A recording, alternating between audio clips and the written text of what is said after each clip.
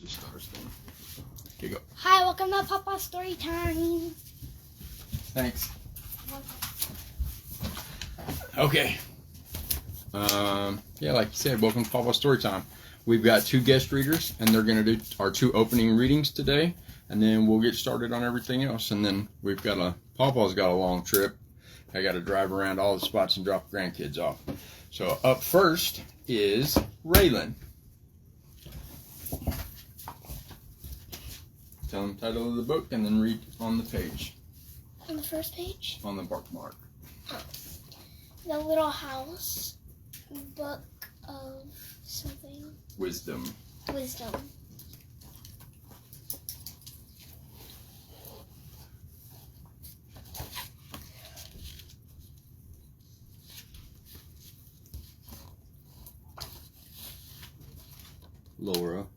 Laura felt a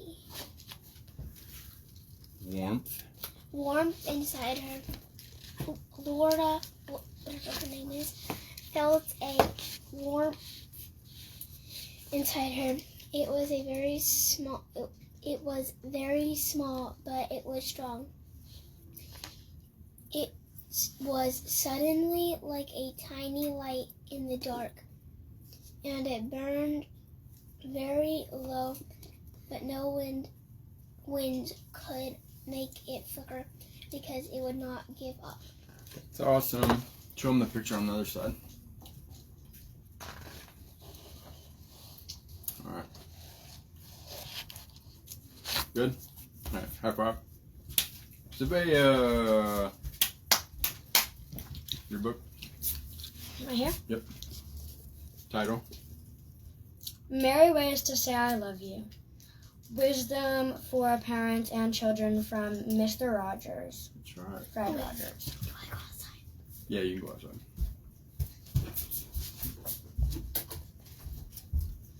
Helping has two sides, asking for help and giving help. Whether we're young or old, helping can enrich both the receiver and the giver. And it sure doesn't hurt your children to know that there are times that you are angry. When an adult owns you up to having certain feelings, it makes it a lot easier for children to express their feelings too. Awesome. And true. High five. All right. Love you. There we go. Pawpaw's turn. All right. Let's see these back. Back in the rotation. And I got to read one thing real quick before we get started here with our story. I've got this week, tomorrow I believe, is Indigenous Peoples Day. Indigenous People Day is a holiday in the United States that celebrates and honors Indigenous American peoples and commemorates their histories and cultures. It is celebrated across the United States on the second Monday in October and is an official city and state holiday in various localities. Typically on the second Monday of October, Indigenous People Day is recognized. It recognizes the indigenous communities that have lived in the Americas for thousands of years. Indigenous People Day, it says what it commemorates: the resilience, the sovereignty, and contributions of the original inhabitants of the Americas. The origins: the idea for the day emerged from a UN conference in 1977, with South Dakota becoming the first state to officially recognize it in 1989. Significance: it provides an opportunity to present a more accurate history by acknowledging the devastation caused by Columbus and celebrating native cultures and traditions. And the way that we're going to do that, just like when we talk about like Black History Month and Hispanic Heritage Month, all the different things designated for, you try to promote, find things, and watch movies with that like Native Americans. I don't know if the author is Native American. I don't know if she's native to the Americas, her family lineage, but the story is about a Native American girl. So we're going to read Lilla maybe it's Leela. We're going to say Leela. And the Crow by Gabrielle Grimard.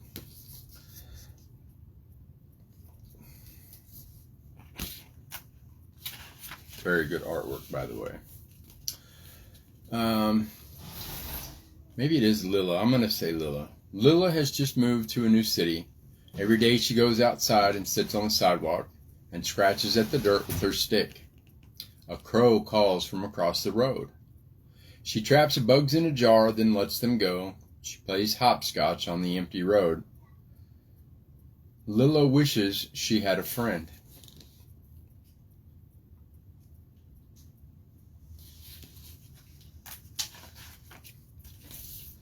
But this morning she gets up early, dresses, and leaves the house. With the wind in her hair and a smile on her face, she seems to be flying on her way to school. Her heart, as light as a feather, she imagines herself surrounded by new friends.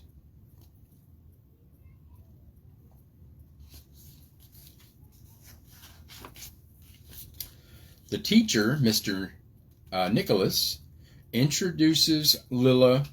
She sees her classmates looking at her and can't wait to get to know them. Squirming at her desk, Lilla taps her foot impatiently. Finally, it's recess, and the children head out to play. Now is Lilla's chance to make a friend. But suddenly a voice rises from the others. Nathan, the leader of the pack, shouts, "A crow! A crow!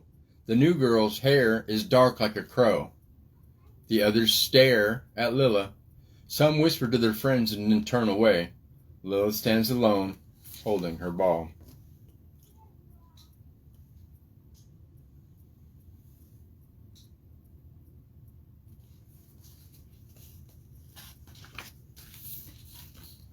On the way home, Lilla's heart is as heavy as a stone. A crow perches on the branch of an old oak tree, its feathers as black as Lilla's hair. It caws and croaks as if it wants to tell her something, but Lilla just walks by.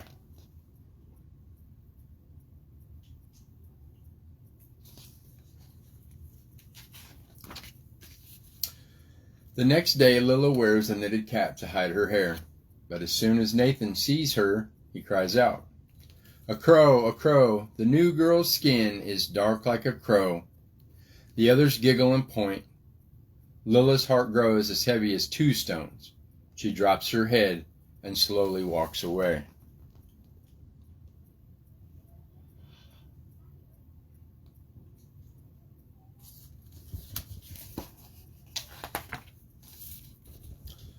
As Lilla heads home after a long, lonely day, the crow watches. Lilla looks up but keeps walking. The crow spreads its wings and glides along behind her. Lilla spins around. "Leave me alone," she yells. She doesn't want company, not even a bird.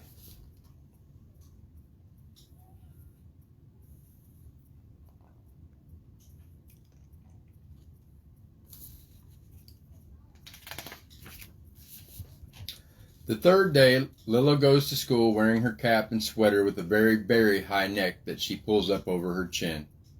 Nathan peers at her for a moment, then he shouts, "A crow, a crow! The girl's eyes are dark like a crow." A few others laugh quietly at first, then more children join in and the laughter gets louder. Lilla's heart grows as heavy as 3 stones. She sits at the edge of the playground until recess ends.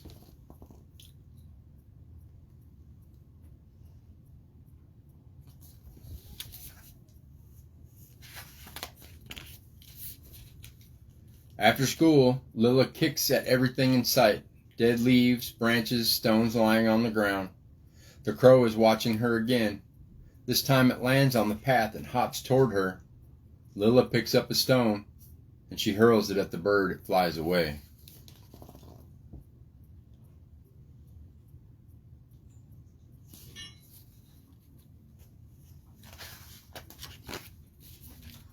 Every day now Lilla hides under the cap inside her sweater behind dark glasses. She plays alone at recess and sits by herself at lunch. After school she runs home as quickly as she can. Weeks go by. The great autumn festival will soon be here. The children chatter excitedly about the costumes they're going to wear, all except Lila, who dreams of having an invisibility cloak so that she can disappear.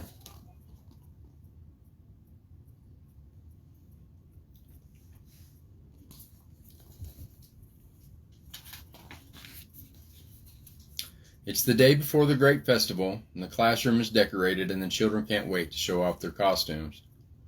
Lila feels lonelier than ever. Her heart is as heavy as a mountain of stones. Running home from school as fast as she can, Lila trips, and she crashes to the ground. As she crashes to the ground, her heavy heart crumbles.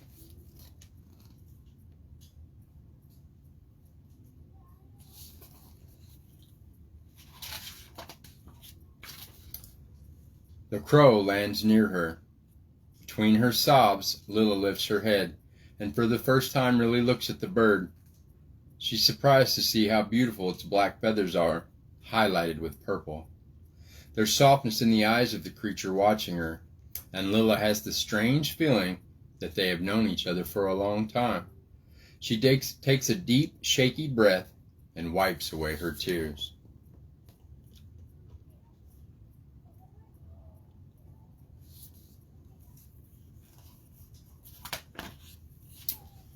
The crow comes closer to Lila and seems to whisper in her ear. Her heart lightens. She gets up and, hopping on one foot and then the other, follows the bird, which flutters ahead of her into the woods. The bird stops in a clearing. There, under the canopy of trees, hundreds of crows spread their great wings. They circle the girl's body as she stands in wonder. When at last they fly away, a shower of black feathers settles at her feet.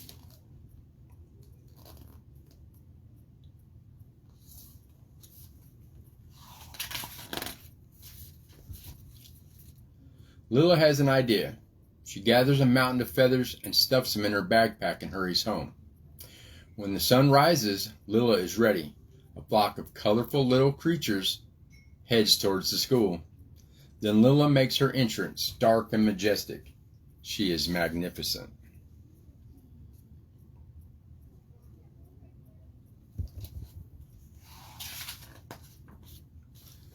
A crow, a crow. Lila is a crow, the children exclaim. Only Nathan is speechless. The children crowd around Lila, touching her soft feathers. And in that moment, her heart soars. At that moment, her heart soars.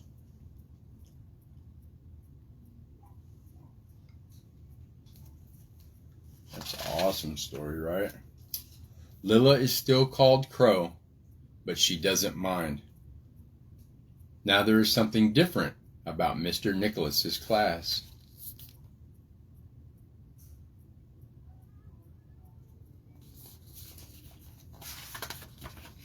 The end. Bullying is not okay. Seeing some of my grandkids with their other little cousins and sometimes grouping up and picking on them, or some of them being mean. I know some of that's part of everyday normal family life, but you're going to change all that when you guys are older. You'll regret being as mean as you were. You won't be like that anymore. Reminds me, I got to do a pride fence thing out at the women's soccer field the other day. They had a big match, and we got to set up this pride fence. And the people that were next to us, these older two black ladies, had started a nonprofit organization with a new superhero they created and a lot of merchandise that goes around it that they sell. His name is Anti-Bully Man, and it's an anti-bullying campaign raising money to help stop bullying. Different things that go into that whole deal. There's a website and everything. Anti-Bully Man. You can look it up. You can donate money, or you can buy different merch, and all of it goes to a good cause. The one lady was telling me that when she first decided that she wanted to start doing this was because, I don't know if she said somebody directly related to her was bullied and committed suicide, but she looked up the rates and the statistics for kids that are bullied that end up killing themselves, and it's a crazy high number. Nobody likes to be treated that way. Not a little brother, a little sister, not a little cousin. Although the bullying, I think, that causes that kind of stuff is really big and mean. Older kids, you guys will probably grow up and see some of that stuff when you go to your school. Anyways, enough with that. Bullying is not okay. That was a really good story for Indigenous People Day. And now I'm going to close this up with words to live by. It is Words to Live By, selected and interpreted by 90 eminent men and women and edited by William Nichols. And this week is How I Found Peace. How I Found Peace by H.V. Kaltenborn, Veterans News Analyst. She quotes William Shakespeare to open. This above all, to thine own self be true, and it must follow, as the night the day, thou canst not then be false to any man. Can't be false to any man. Can't be untrue to anybody if you're actually being true to yourself.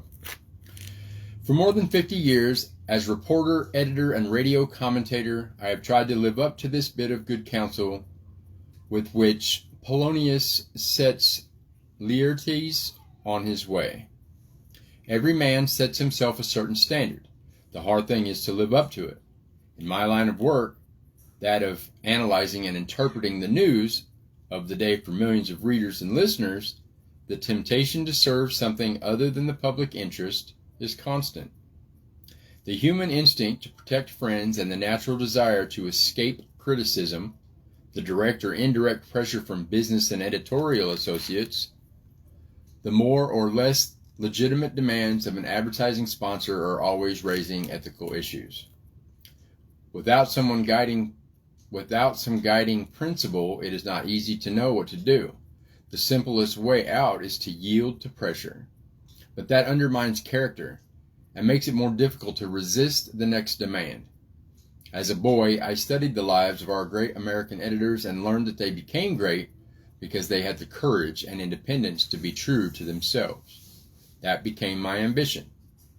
To make the public cause my cause and to serve it regardless of cost or consequence. And I have not always been right, alas, but I have always been true to myself even when I was wrong. And for half a century, I've had that peace of mind. And that is in bulk. Really good words to live by. Things that I've tried to implement in my life, and especially in the last 12 or 13 years. And I guess that's it. Super tired. I got to make the long journey around a big long route. Start dropping all you guys off everywhere. And then next week's story time is going to be from Pittsburgh, Pennsylvania. And actually it'll be right outside Pittsburgh in Latrobe, where Mr. Rogers was born. I'm hoping to do it from the bench. I'm actually hoping to do it from inside the Heinz Center in Pittsburgh if they'll allow me to do that. I am going to ask them. Fingers crossed. It'll be on my birthday. And then the one that'll follow that, we're going to do the weekend before Halloween in Salem, Massachusetts. Just like the town on Hocus Pocus. The witches, and it's going to be pretty cool too, I think. So, I guess we're going to close that up. This one. And I'll get you guys rounds. We're going to close out with the weekend song. I'll be back when the week is new. And I'll bring more stories for you. And you'll have things you'll want to do. And I will too. I'll think of you when I'm not here. Because thinking of people makes them seem near. The friends who know you love you cheerfully. And I do too. We can do a card. I don't have cards to take on the road trip with us though. This card says, how are you different from everyone else? How am I different from everyone else? I don't know if I have any qualities that aren't shared with anybody else. I think I have a lot of qualities that are grouped. I think I try to be as honest as I can. I think I try to be hardworking, but there's a lot of people that are honest and hardworking. I don't know, something that makes me different would probably be my relationships with the people in my life. Not everybody has all of my relationships or the relationships the way that I have them with grandkids, kids, my mom, friends, other family. That's probably pretty unique, and I care about the way that I cultivate those relationships because of the person that I am today. At least the way that I want them to be cultivated, I guess. I guess that's it, guys. Remember that I love you for being exactly who you're supposed to be, and you're the only one that gets to decide that. And our minds, just like our books, work better when they're open. See you guys next week from Pennsylvania.